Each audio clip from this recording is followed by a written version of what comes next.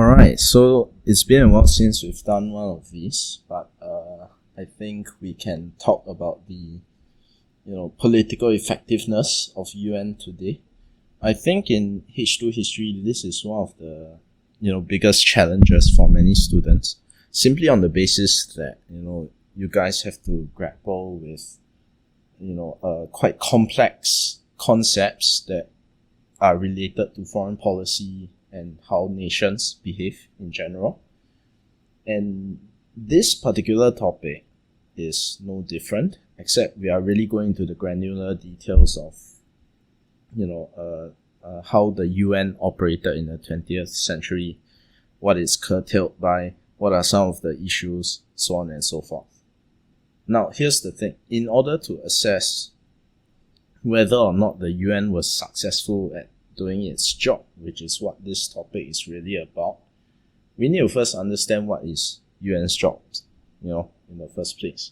And to put it simply, what it aims, or what it aimed to do and what it continues to aim to do is to maintain international peace, security, and law.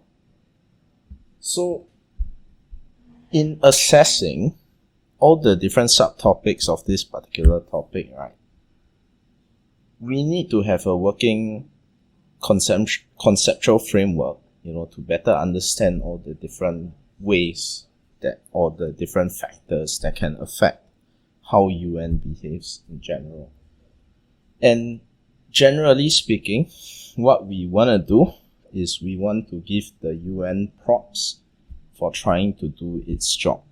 In other words, the UN was effective and successful to the specific extent that they often, maintain their impartiality and often tried to maintain international peace, security, or law.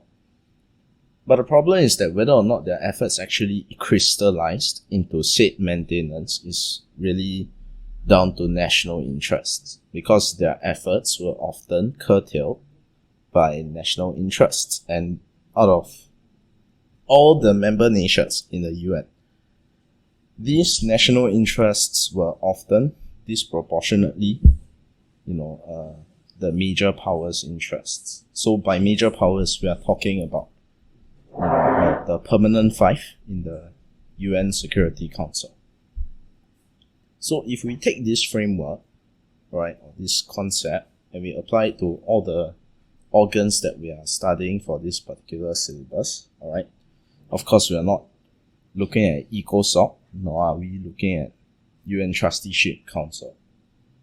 Alright, so we are primarily focused on UNSC, UNGA, UNSG, and ICJ. And if we take this concept and we apply it to all of them, alright? Let's say we look at UNSC, alright? What we're primarily investigating here is, the usage of veto power. So as you know, the permanent five in the UNSC, they have a veto power. And that means that whatever resolutions that are tabled for discussion, pertaining to any issues that threaten international peace and security, if one of the P5 vetoes it, then the whole thing falls apart. So here's the thing. UNSC holds the main power in terms of maintaining peace and security. They are the ones, right, who provide the resources for all your peacekeeping operations.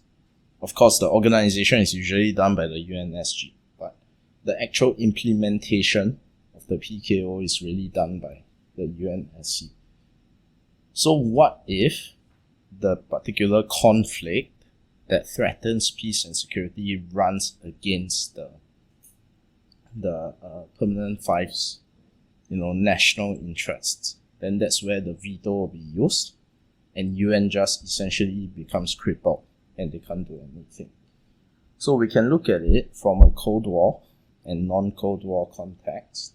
So if let's say I were to give you an example from the Cold War, we are talking about, for instance, 1968, Prague Spring, So the uprising that saw the eventual implementation of the Brezhnev Doctrine, USSR vetoed that particular resolution that called for the cessation of all hostilities in Czechoslovakia. And obviously, the reason being that that particular uprising was threatening, the very integral structure of the Union as a whole. And if we look at it from a non-Cold War perspective, we can use an example like, let's say, the Falklands War of 1982, when Argentina invaded the Falklands, which was basically a territory of the UK. And UK eventually vetoed the resolution that called for a ceasefire.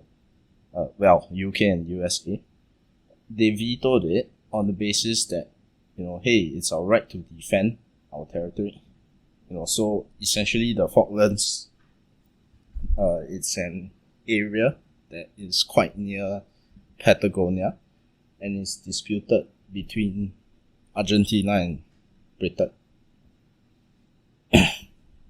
So now if we take this concept and we apply it to the rest of the organs, right? We can just blitz through some examples here. UNGA, okay, nations refusing to follow up despite invoking the UFP, so Resolution 377A. And you have examples like the Soviet-Afghan War, 1979, right? The UNGA invoked that particular resolution after, a resolution was vetoed by the USSR. And they refused to follow up because, they were afraid of USSR. And keep in mind that at this point of time, Brezhnev was still the premier.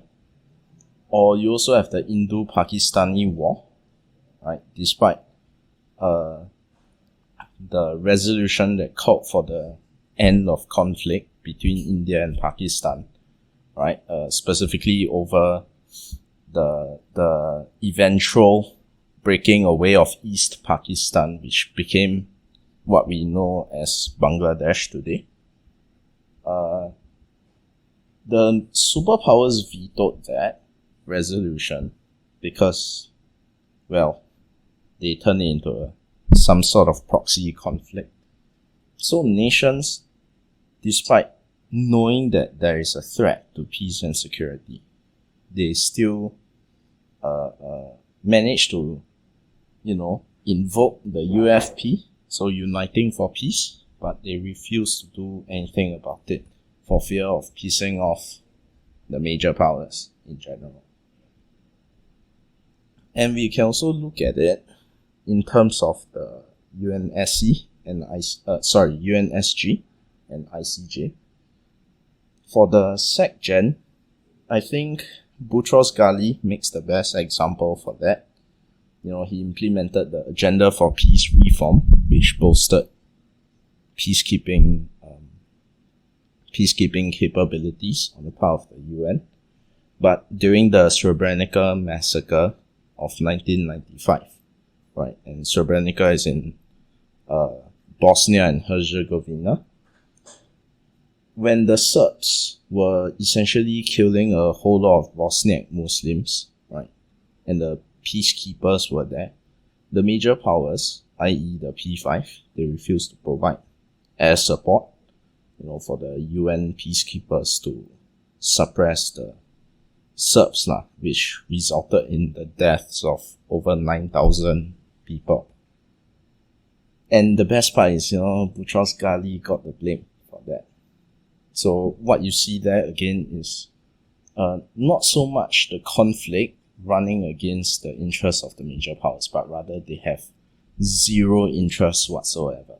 So since they have zero interest in that particular conflict, right, especially for a country that's dealing with the fallout of the Cold War, as Yugoslavia was disintegrating, the major powers just didn't see that there was a need to support. I mean, eventually they did, but they did it through NATO rather than UN.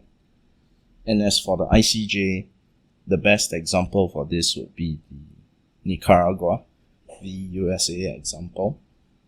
So, as we know, during 1986, that was when Reagan was still president, and he had implemented a rollback policy. So he was supporting a lot of anti-communist regimes all over the world. And he did the same for Nicaragua. He was supporting the Contra rebels. Now, the problem is that ICJ, being the organ that primarily dealt with and still continues to deal with the maintenance of international law, they ruled that USA was in clear violation of Nicaragua's sovereignty. But USA, to put it delicately, just didn't give a shit. So they didn't abide by ICJ's rulings, nor did they even acknowledge ICJ's jurisdiction in that particular case. So that in itself is the main concept that you need to understand. And that will really help you better understand why, the UN, to this very day, it remains a primarily symbolic organization. A lot of, high-minded ideas and grand ideals and visions for peace and security, but in reality, it is truly difficult to fulfill such a vision, primarily because of national interests. Right? Because at the end of the day, the UN is supplied by and supported by its member nations. And once again, of these member nations, the P5 have the disproportionate amount of power. So if they refuse to pull their weight, simply because whatever goals that UN aimed to achieve was not aligned with their own interests, or just have nothing to do with them whatsoever, like in Rwanda, then the UN essentially becomes quite inept. That doesn't stop UN from continuing to, be a stalwart for peace and security, this sort of like ambassador in a way. So we can give it brownie points for that, sure, but ultimately, if we talk about the actual implementation of measures to maintain peace and security and the consistent maintenance of said peace and security and even international law, the UN was pretty much, curtailed by national interests. And so if you have any questions, please feel free to contact me and, even drop in for a consult and all that. So, keep a lookout for the GP analysis next. Probably will be posted, I don't know, a few days after this one is posted. So, have a good one.